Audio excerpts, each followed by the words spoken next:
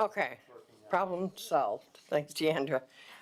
Next on our agenda, if I'm in the right place here, is item number 6, which is presentations and speakers. We give speakers 5 minutes. Sorry. Highlight the purpose of our meetings and its role. We strive to uphold the values of Three Rivers community innovation and inclusion. We have a special town, and we are committed to contributing to sustainable growth. Meetings are essential to our governance, providing transparency, advice, and assistance in respect to all matters affecting the town of Three Rivers. Residents are encouraged to attend and participate, ensuring everyone becomes part of the governance process. We value your input and aim to maintain a respectful and professional environment. Personal attacks and disruptions will not be tolerated. And as you know, we're already we're being live streamed. So our first speaker for tonight is Brian Hart. And Brian's topic is issues at the Monica Marina and tourism. Welcome, Brian. Thank you. Did you, Yeah. yeah, There we go. yeah, you're live. All right, thank you. To start out with, we all would want Montague to thrive and continue to have a wonderful waterfront experience here. That's why it's so frustrating to see what's presently happening at the Three Rivers Marina in Montague. When something happens to Montague that is not in the town's best interest and it diminishes the experience of Montague, you would expect that the council would want to work to help rectify or mediate an answer to this problem.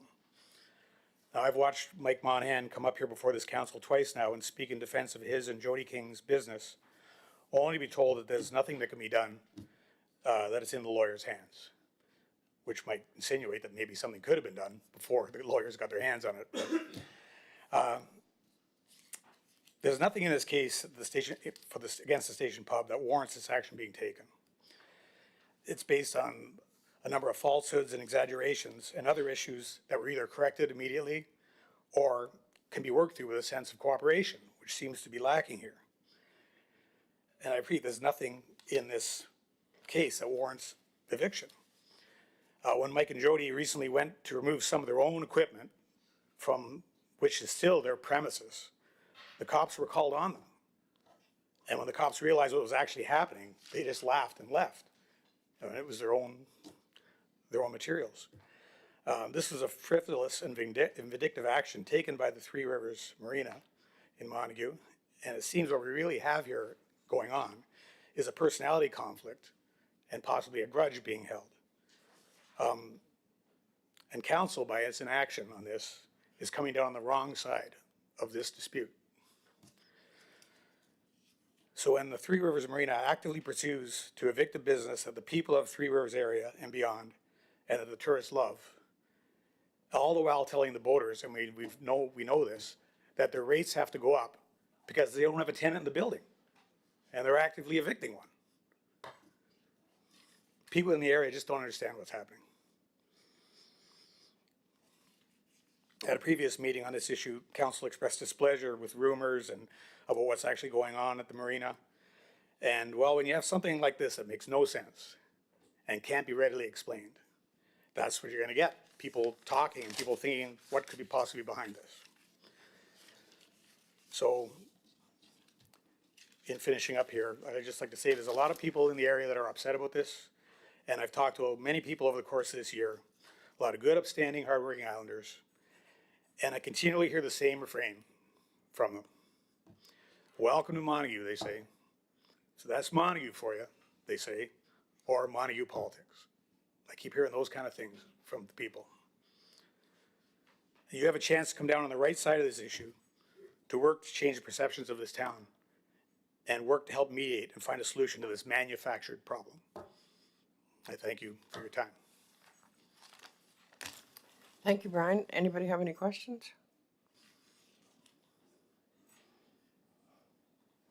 Okay, thank you. All right, thank you. I'd normally hang around a bit for the meeting, but as we have visitors coming, I'll take my leave. Thank you. Okay, thank you. Okay, next we have Matt Langell, from Transportation and Infrastructure, and Jody McLeod from CBCL to do a presentation. And I believe you have some other people with you, Adam Clark, Michael Stewart, and Tim Lollisher. Welcome, everybody. You can turn the mic on there. Oh, sorry.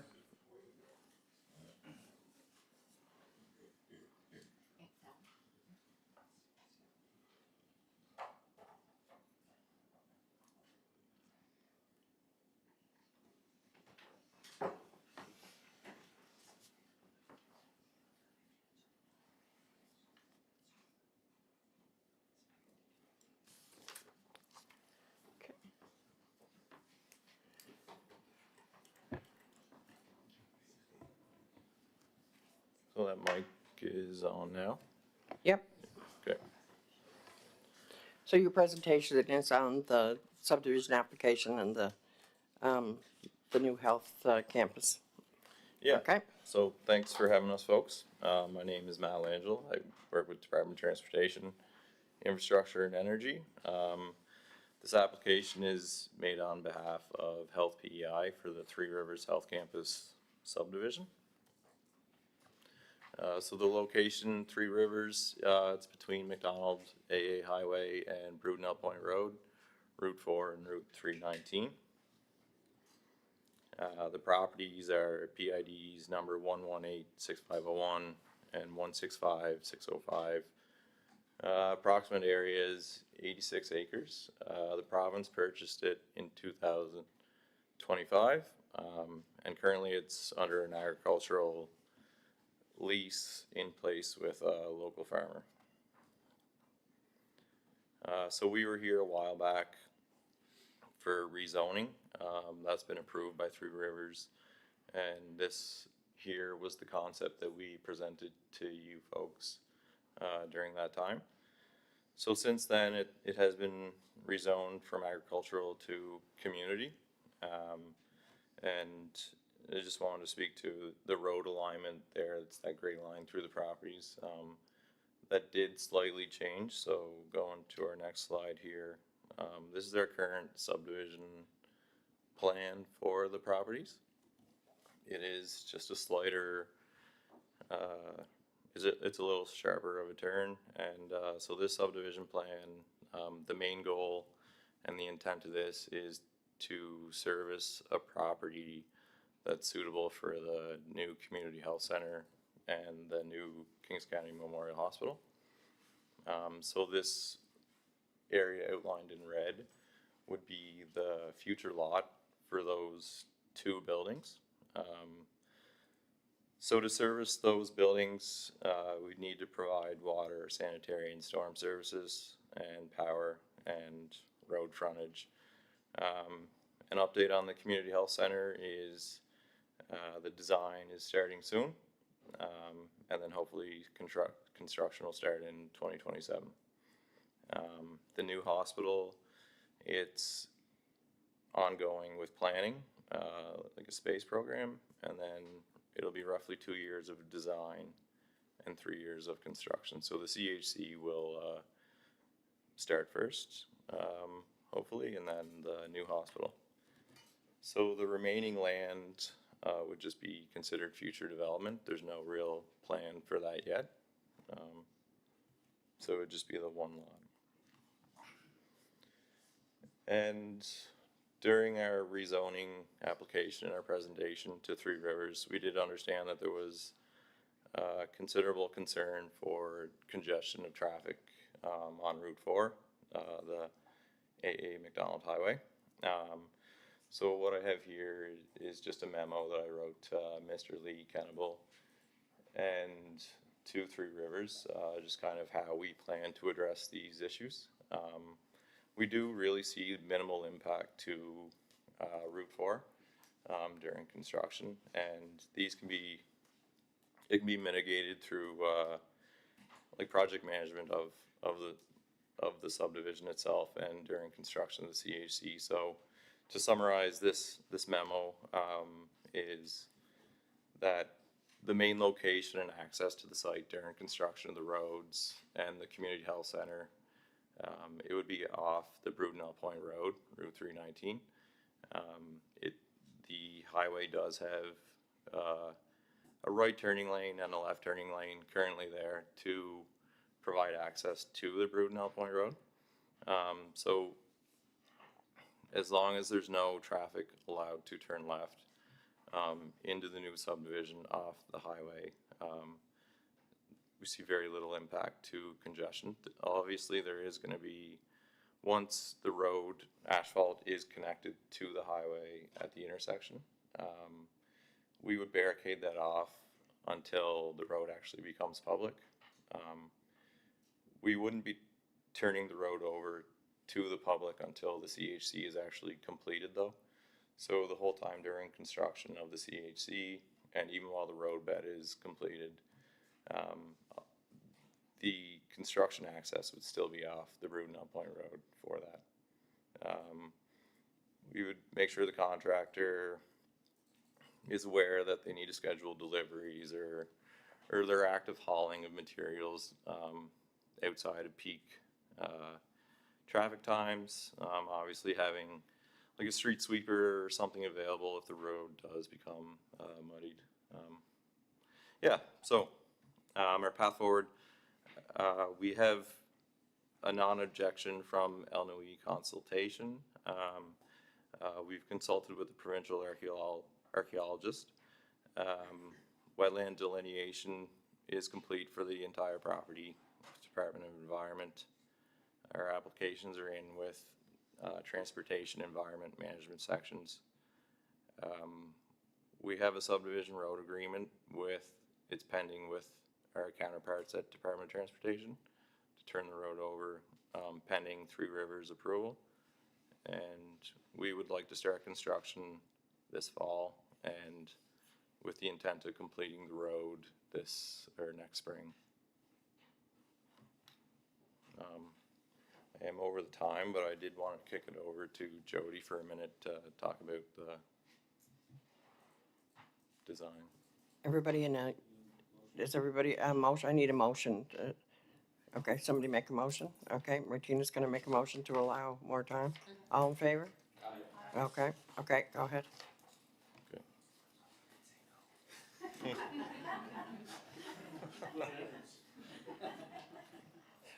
Okay. Thank you for that. I just thought we would take some time just to go over the subdivision design itself. The road has changed a little bit from the rezoning application, but not significantly. The road's going to be serviced with water from McDonald Highway. It will require a sewage lift station. I don't know if you can see the pointer. No, you can't. There's a small sewage lift station that will pump sewage out up to the highway, to the receiving manhole on the highway. The roadway is going to be 2 lanes, 3.5 meters wide of pavement, a total of 7 meters of pavement, which is a bit wider than a standard subdivision road because of the expected vehicles that will be on it. And as well, there's a 2.5 meter or 2.4 meter active transportation trail that will be on alongside the road as well. Stormwater is been designed for future climate change, predicted flows, and so the stormwater will go to 2 different detention areas. One is sort of to the upper right-hand corner of the development. There's currently a drainage swale there now that goes down to the Brudenell Point Road. So that's going to be improved. There's going to be a stormwater detention pond put in, as well as during construction a sediment pond that will collect sediment to try to keep that on property. The other one is a smaller detention swale that will be over by the Brudenell Point Road, and it'll divert water out to the ditch on Brudenell Point Road. stormwater roads.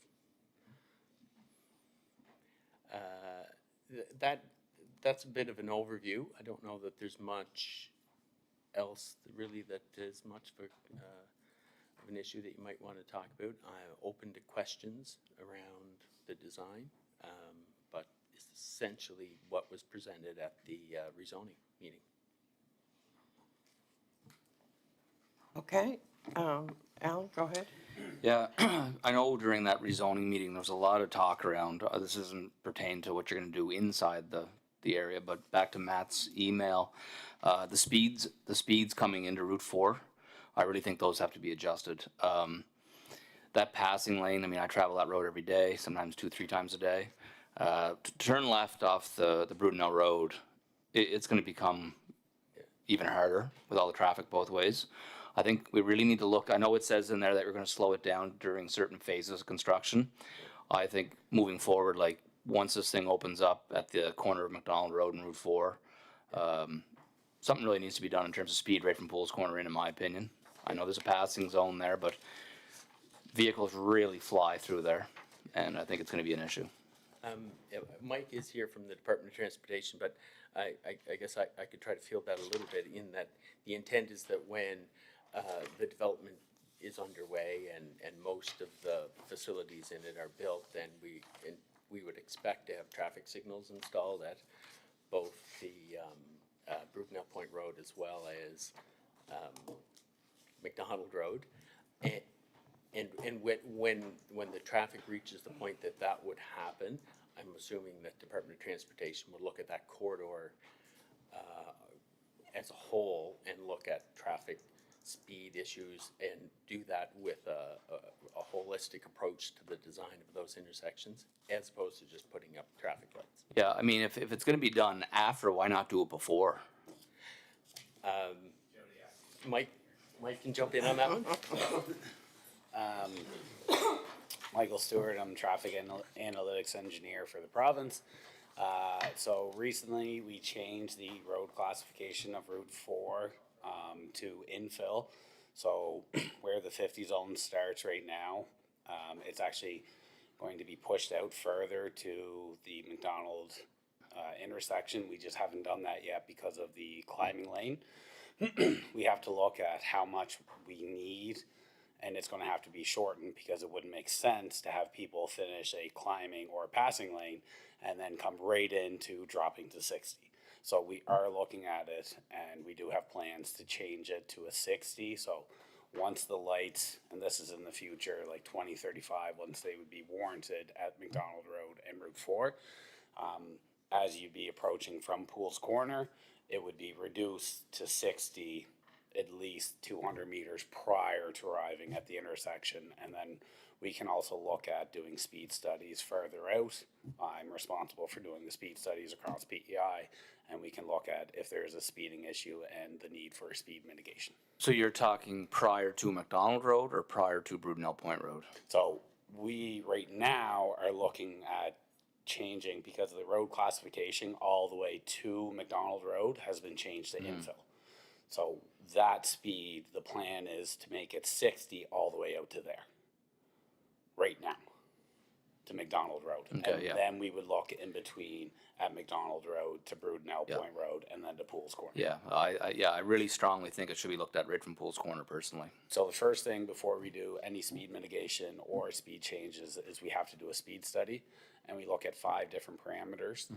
We look at the 85th percentile, the mean speed, we look at the 15-kilometer-hour pace, we look at the upper lower bounds of those, and we make comparisons based on accepted values according to the Transportation Association of Canada and what we've established here in PEI. Yep, thank you. Okay.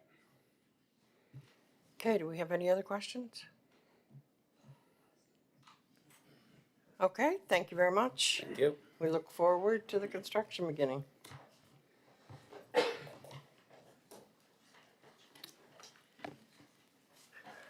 Okay, number 7 is the mayor's report. A copy is in your package, and I'll just go over it briefly.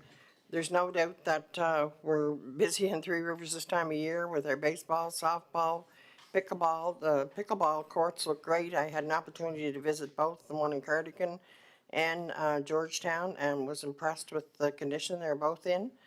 I attended the Minor Ball Association opening day for baseball and softball at the Cardigan Complex on the 13th. Despite the rainy weather, there was a great turnout, and I can't thank those volunteers enough for the time and effort they dedicate to our baseball and softball programs. The Economic Development Committee continues to meet monthly, and in addition to its regular meeting, we had 2 additional meetings scheduled. The committee met with MLA Brendan Curran, and we met with another island business person, to discuss economic opportunities in Three Rivers. I hosted community conversations both in Georgetown and Cardigan, and we do have some more sessions planned for Montague and Lower Montague. The idea behind these is if you want to come and meet with me, if you have anything you want to share, ideas, discussion, ask questions, that's an opportunity for you to do it. We held 2 open house events this month, one at the King's Playhouse and one at the Garden of the Museum, Garden of the Gulf Museum, and both were extremely well attended. Something very interesting was the Island Radio Club held its field day at the Georgetown Civic Center on June 27th. It was great to speak and meet with those members. I learned a great deal about amateur radio operations, their equipment, and how essential this network can be during an emergency or disaster. I was honored to be invited to send the first message out of the event. So we had 159th birthday, was very well celebrated in Cardigan. I believe the crowd gets bigger every year. The music and the bridge and the fireworks were very well attended.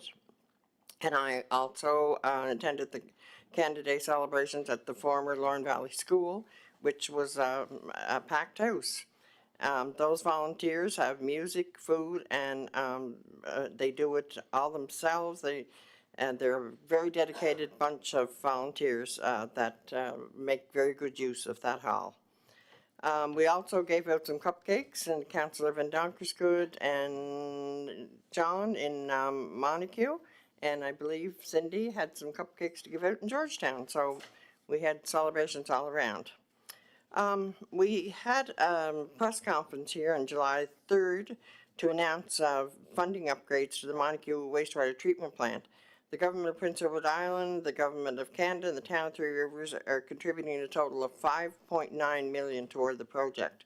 The upgrades include enhancements to the town's major lift station, improvements to the domestic water booster station, and the incorporation of coastal resilience measures.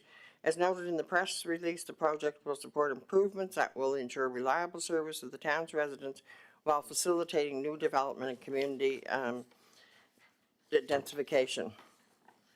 There was also, last weekend was the 46th annual PEI Street Rod Show and Shine.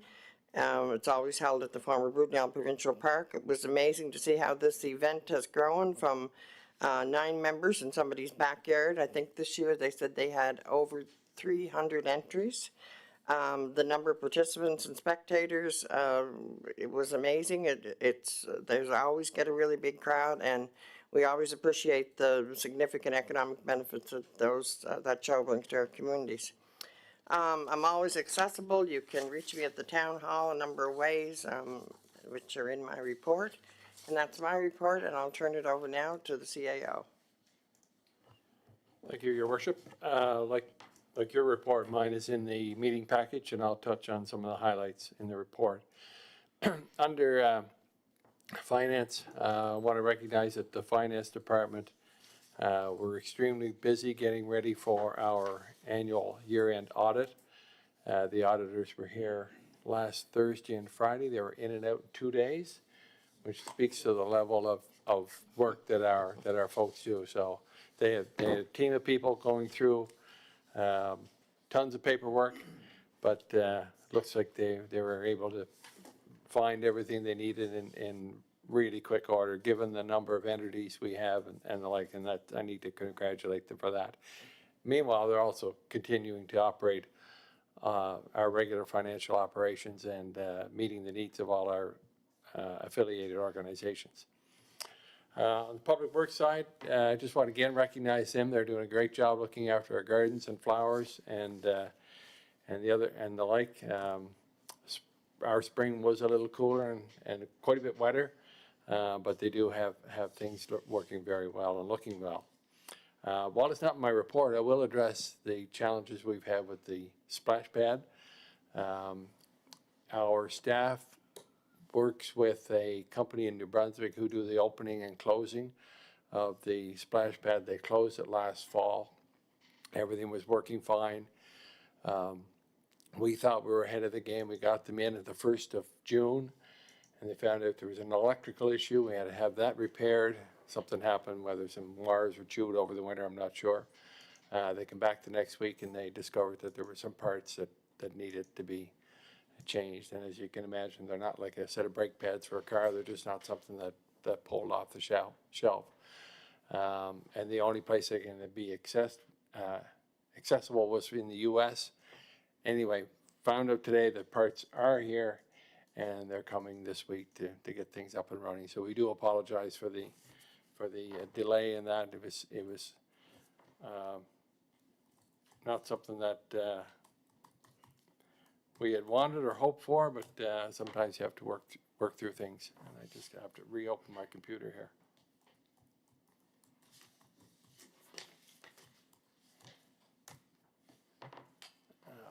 Just give me a sec here. There we go. Also note that dog park project, again, they were a little late starting because the ground was wet. They began on July 6th, and if it didn't finish today, it'll be completed tomorrow morning. So that's good to see. So our first dog park will be up and running. And there'll be water installed fairly soon. There'll be, I think they were taking the garbage cans. I think there was already a dog poop bag hanging on the fence, so someone's been by already. And we'll have that up and running, so that's great to see. As the mayor mentioned, summer festivals are off to a great start. It's a great combination between staff and volunteers who make these things happen. Also note that Bell Mobility has been working with our staff, and they'll be constructing a monopole communications tower on land here in Montague, and the idea behind that is to maintain our high-speed wireless, but also improve our cell capacity in the community, and that's looking that'll be installed here before too long. Under HR, staff participated in a professional development session from a facilitator named Jill Stewart of Your Life Design. That was a week or so ago. Well attended, well received by staff. I do have to acknowledge council's commitment to employee development. We have a good bit in our budget, and that's important investment. It's not every municipality has that, so I do appreciate that.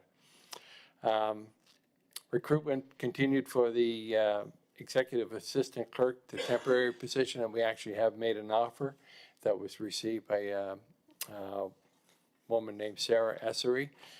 She'll be starting a little later on this month, and she'll be filling in for Andrea, who's on leave. And there will be interviews, I believe tomorrow, for the administrative assistant position. And we have a number of good candidates there. Also like to welcome Paul Kent. He has accepted the position of ice maker at Cavendish Farms Wellness Center. Did a great interview. We look forward to him joining the town a little later on this summer. And as I mentioned before, his primary responsibilities will be at the Cavendish Farms Wellness Center, but he will be cross-trained and will support operations at the Three Rivers Sportsplex when needed.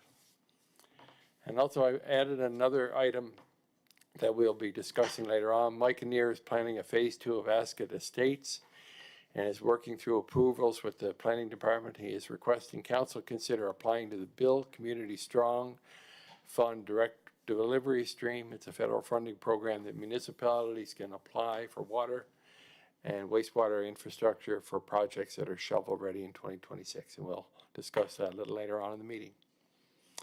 Any questions? Any questions for John? Go ahead, John. Not really a question, just a comment as well about the flowers, Montague, and benches.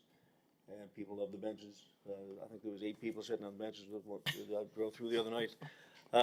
Just another question though, are we putting up more benches in the years to follow?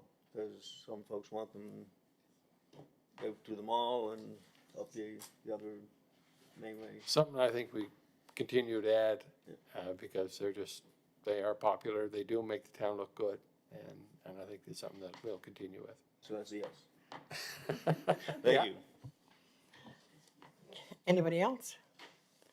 Okay, we'll continue. Oh, I'm sorry, Martina.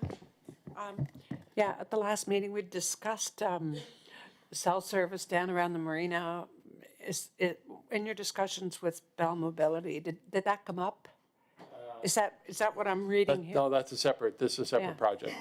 So they have a pole, cell pole in Charlotte, I think it's Sackville Street, that'll be replaced with a much higher, better system. And that will extend their range than what they have now. So we all know cell coverage is not great on PEI. And they worked with their planning staff, they had public meetings, they went door to door, and went through a process where the approval. So that's more of a broader project for the community. You were referring to the free Wi-Fi at the internet, at the marina. Yeah, I don't think we've, That's still a work in progress. yeah, Yeah. I don't think we've. Okay, so, anybody else? Okay. So now we move on to 7.3, which is the development permit report. And it says, written and still, a lot of activity, in Three Rivers. It's nice to see a variety of different projects. Anybody have any questions on that?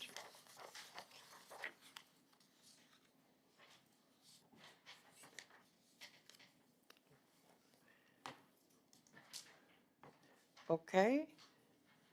We'll move on to 7.4, which is the planning board report.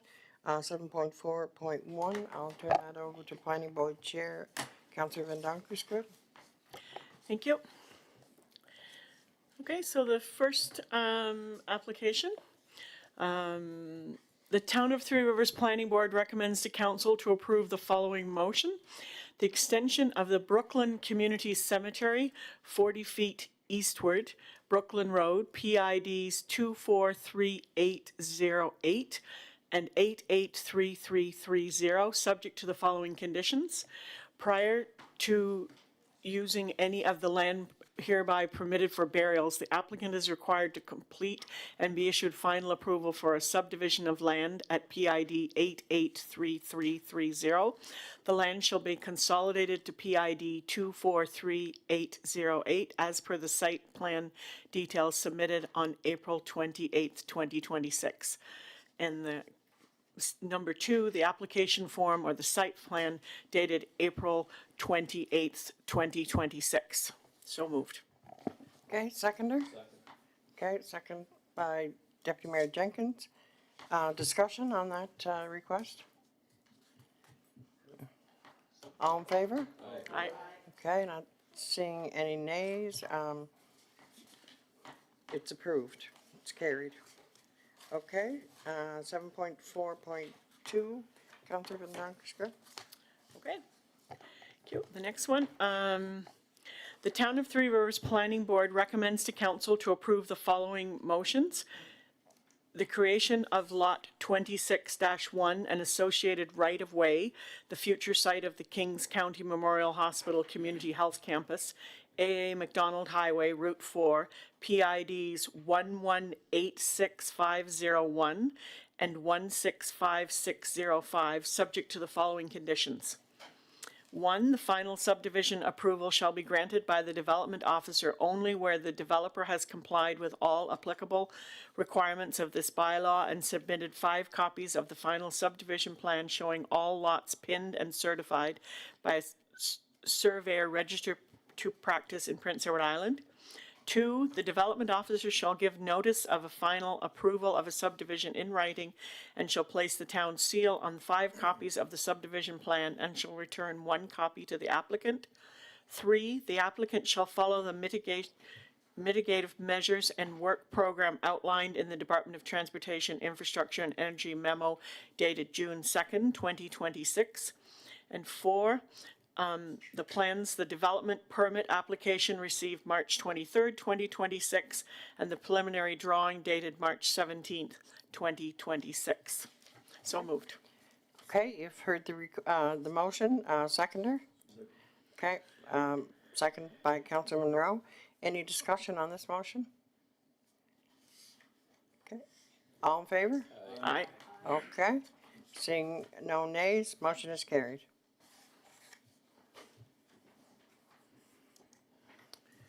Okay, that brings us down to our 7.5, which is our financial report. It's in your package on page 76 to 77. I'll turn that over to Dawn. Thank you, Your Worship. So this report is for, as of May 31st, which is the second month into the fiscal year. The revenues are tracking slightly ahead of prorated budget by approximately $8,300. Expenses are currently tracking below prorated budget by approximately $70,500. This is primarily due to timing of expenditures. After current year capital purchases and principal debt repayment, the town has generated a year-to-date cash flow surplus of $104,000. Overall, the town's finances are tracking well through the first 2 months, and no significant budget concerns have been identified at this time. Okay. Yeah, thank you, Dawn. Any questions for Dawn? Okay. It does look good. It's always great to hear that. Okay, now we are down to the Georgetown Utility 7.6, Georgetown Utility Report, and I'll turn that over to Deputy Mayor Jenkins. The Georgetown Lagoon relies on 2 solar bee agitators to support the treatment process by improving circulation and assisting in the breakdown of solids within the lagoon. These units were installed in 2017 as part of a major upgrade to the lagoon system. Currently, one of the 2 solar bee units have been out of service for an extended period. Staff have been working to identify a qualified service provider capable of repairing the non-operational unit and completing preventive maintenance and component upgrades on the second unit to ensure continued reliable operation. Inox Water Care, a specializing service provider based in North Dakota, have been identified as the most suitable contractor to complete this work. The company will be traveling through Canada this fall to perform repairs and maintenance at several locations, providing an opportunity to have the Georgetown units serviced by the experienced technician. The proposed work includes the replacement and/or servicing of key components including motors, control card, brainboard, controllers, float arm, battery, hoses, associated labor, inspection, testing, and commissioning. Maintaining both solar bee units in good working order is essential to the overall health and performance of the lagoon system. Properly operation of the agitators helps reduce solids accumulation, promotes biological treatment processes, and assists in maintaining acceptable effluent levels. Failure to complete these repairs could increase the risk of elevated effluent levels and negative impact lagoon performance. The total estimate cost for this required materials and labor is $44,291.46 plus HST. So later we'll have a recommendation to council to approve this contract for them. If anyone have any questions? Any questions? Okay. Okay, now we're down to page 80 and 90 to 97, the Montague Water, Montague Sewer and Water Report. I'll turn that over to John. Thank you, Your Worship. Province of PEI and the Department of Land and Environment requires municipalities to adopt drought contingency planning measures. Increasing variability in weather patterns emphasizes the need for a proactive approach to protect our water supply, maintain essential services, and reduce strain on infrastructure during periods of low water availability. The Drought Contingency Plan outlines identification of our water system capacity, demand trends, and vulnerable areas. Staged responses supported with provincial classifications ranging from voluntary conservation to mandatory restrictions. Public education and outreach to encourage responsible water use. authority to execute mandatory water restrictions where required, including compliance measures, prioritization of water supply for drinking water, emergency services, and critical operations, monitoring, communication, and coordination with provincial agencies.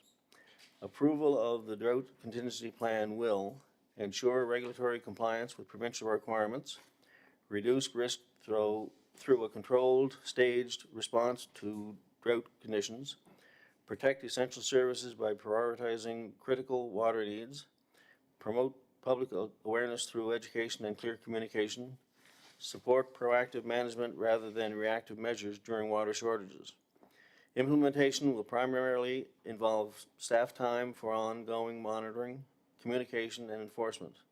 Costs are expected to be minimal and offset by reduced risk of emergency response or system strain. The Montague Water and Sewer Board have reviewed the draft plan and are recommending its approval. So the motion, be it resolved that the drought contingency plan be approved for the Montague Sewer and Water Utility as presented, and authorize staff to implement the plan, including communication, conservation measures, and enforcement actions in accordance with provincial drought levels. So moved. Okay, so there's a motion to approve the tax plan, is it later? Okay. Yeah, we'll do that at 8.7, okay. Sure. Okay, thank you. Any questions for John? Okay, if seeing none, we'll move on to, where are we? 8, which is our request for decisions from the council meeting. So the first request for decision is 8.1. It's RFD 26-7, and the request is that be it resolved, the council approve the Cavendish Farms Wellness Center ice maker job description as presented. Need a mover and a seconder? Moved by Deputy by Cody. Tongue-tied, okay. And who seconded? Okay, I saw Ann first, so we'll say Cody and Ann.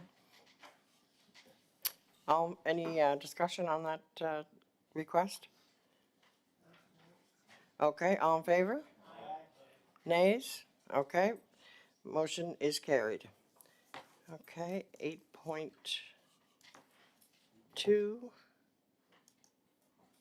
Oops, sorry. 8.2 is request for decision 26-8, the Cardigan Fire Hall, and the motion is be it resolved that council award the contract for the Cardigan Fire Hall addition to Sanderson Construction in the amount of $460,525 plus HST, with funding to be provided from the Canada Community Building Fund, Project 12.6.1 Cardigan Fire Hall expansion. Moved by Councillor Monroe. Okay, second by Councillor McLean. Any discussion on that? Okay, all in favor? Okay, didn't hear, no nays? Motion is carried. Okay, that brings us down to 8.3 on page 103 to 112, which is a request for decision on the work alone policy. The motion is be it resolved that council approve the amended work alone policy THR-2 as written. Mover and a seconder? Moved by John, second by Councillor McDonald. Any discussion? All in favor? Aye. Okay, no, not hearing any nays, motion is carried. 8.4 is request for decision 26-30, renewal of MC advisory contract. And the motion is be it resolved that the council of the town of Three Rivers approves the renewal of the town's contract with MC Advisory for the provision of human resources services for the 2026-2027 fiscal year at a cost of $2,916 per month. Mover and a seconder? Okay, moved by Deputy Mayor Jenkins, second by Councillor McDonald. Discussion on the motion? Yep. Yep. Yeah, they visit regularly. I see them here quite often. Yep. They haven't had an increase in salaries since No, it started. they haven't. No. Okay, all in favor? Okay, not hearing any nays, motion is carried. We're down to 8.5, which is the approval of the Kings Playhouse Advisory Committee terms of reference.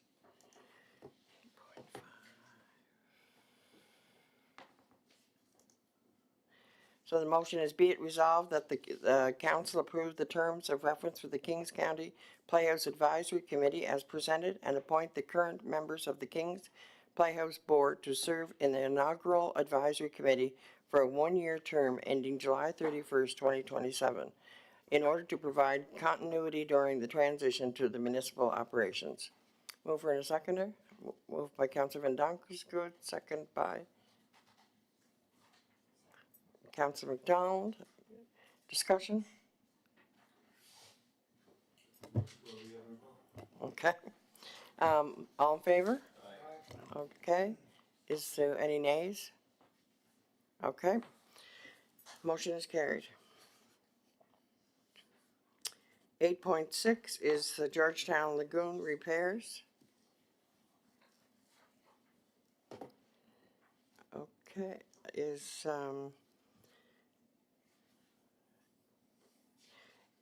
request for decision 26-31. No, I'm sorry, 26-32, Georgetown Lagoon repairs. And the motion is, be it resolved, the council authorize the expenditure of $44,291.46 plus applicable HST to IMOX Ready Water Care for the repair, maintenance, and upgrading of the Solar Bee agitators at the Georgetown Lagoon, with the cost to be funded through the Georgetown Utility General Operations budget. Moved by Deputy Mayor Jenkins, second by Councilor Spin. Discussion? One, maybe. Okay, go ahead. I think I asked this the other day, Cody, too, but they'll be in Canadian money, right? Right?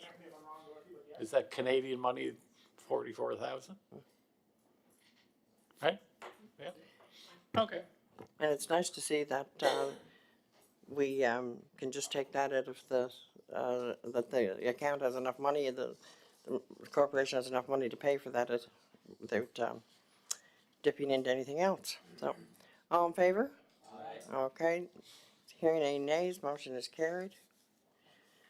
What did we do? Okay, 8.7 is request for decision 26.33 Montague sewer and water drought contingency plan.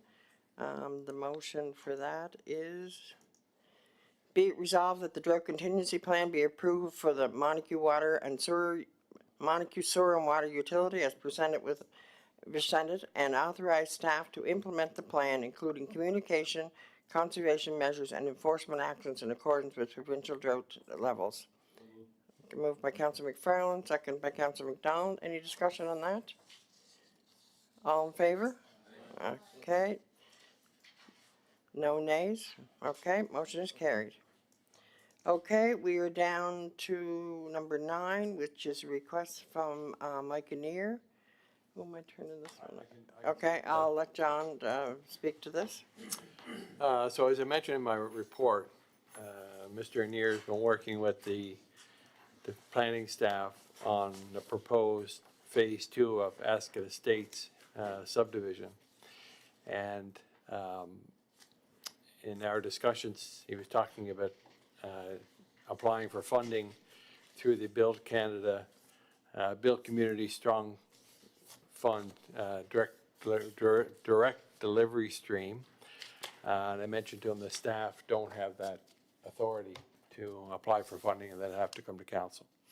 The deadline for applications is July 15th, which is 2 days away. Normally, this would have gone to sewer and water, and then committee of council, then onward, but given the timelines, we thought we'd take it directly to council.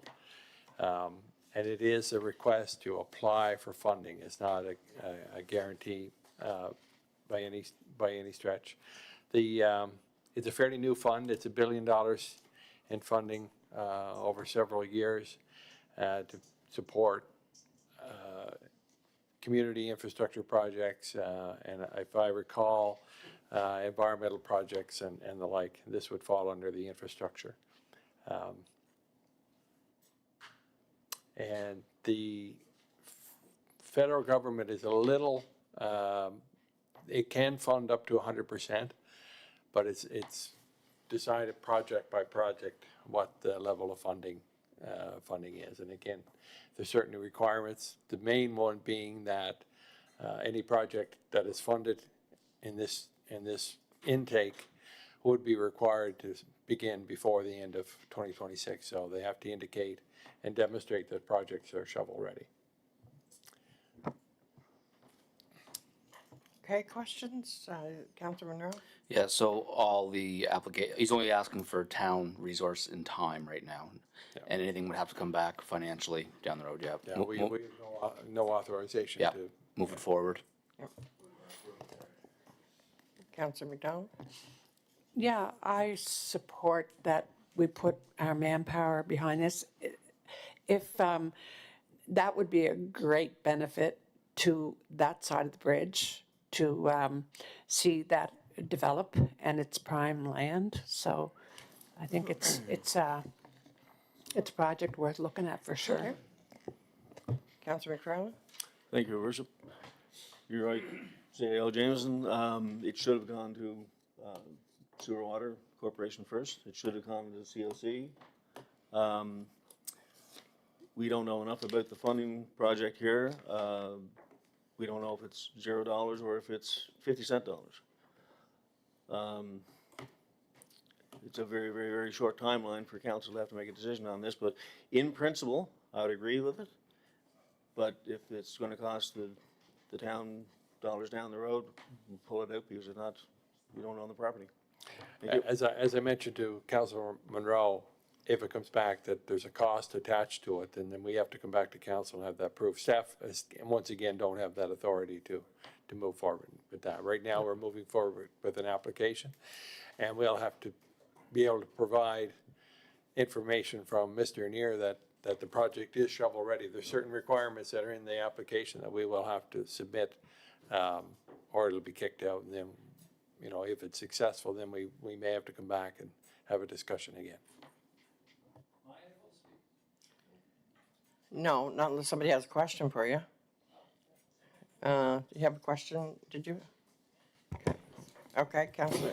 Smith, do you have a So question you're for? saying if okay. it's not 100% dollars, that the town would be on the hook for? No. No? No, nobody said that. It's a preliminary application.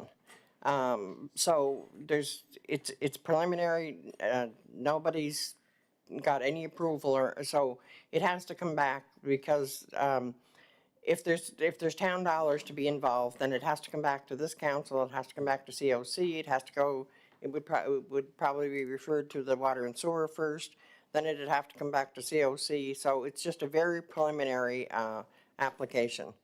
And I guess I can ask Mike, I can ask Mr. Lanier, I guess you're shovel ready? Yes, but it's $0 from Three Rivers. Yeah, right now, yeah, This is applying to the feds. yes, For water and sewer, for new housing infrastructure or streets, the houses can be Yeah. built on. no, So $0 have been. yeah, and that's what I said, there's no dollars approved And from, we were doing the application, so it's zero time and effort from Three Rivers. okay, I agree with Martina. I think it'd be a great way to okay. Okay, develop the other side. yep, Cody, go ahead. How many lots do you expect to open up with this? 23. 23 is the second phase of, second and last phase. So kind of like I have it, it kind of comes up and then you come back up to Doses Road, is that how it loops around? So then it There's a becomes, cul-de-sac behind the house that's there on Main. Yes. Street, the apartment, and then it will go straight through by the church and David Fraser's old house. yeah, And then okay. the water will get joined to Dowses Road, which is currently not really looped, as they Yeah, but say. a dead end, yeah, Yeah, it's a that you don't want. Okay, so it's 23 lots. So we have to vote on this tonight because it has to be in by the 15th. So You want, no, I need a motion. Do we have a motion here? No, I don't think there is a motion. One off the top of my head. Okay, But be it resolved, the council authorize staff to work with Mr. Neeren in developing an application to the Build Communities Direct Delivery Fund. okay. Moved by Councilor Monroe, second by Deputy Mayor Jenkins. Just, any more discussion? Okay. All in favor? Any nays? Okay, motion is carried. Okay, so we'll move forward. Okay, so now we have a closed session, under 119E.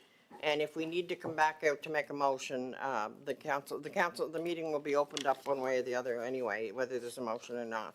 So right now, we do have a closed session. Okay, and motion to move into a closed session? Councilor Monroe and Councilor Spin. So moved by Councilor Monroe, second by Councilor Spin. All in favor? Okay, no nays. Thank you. Motion is carried. Who wants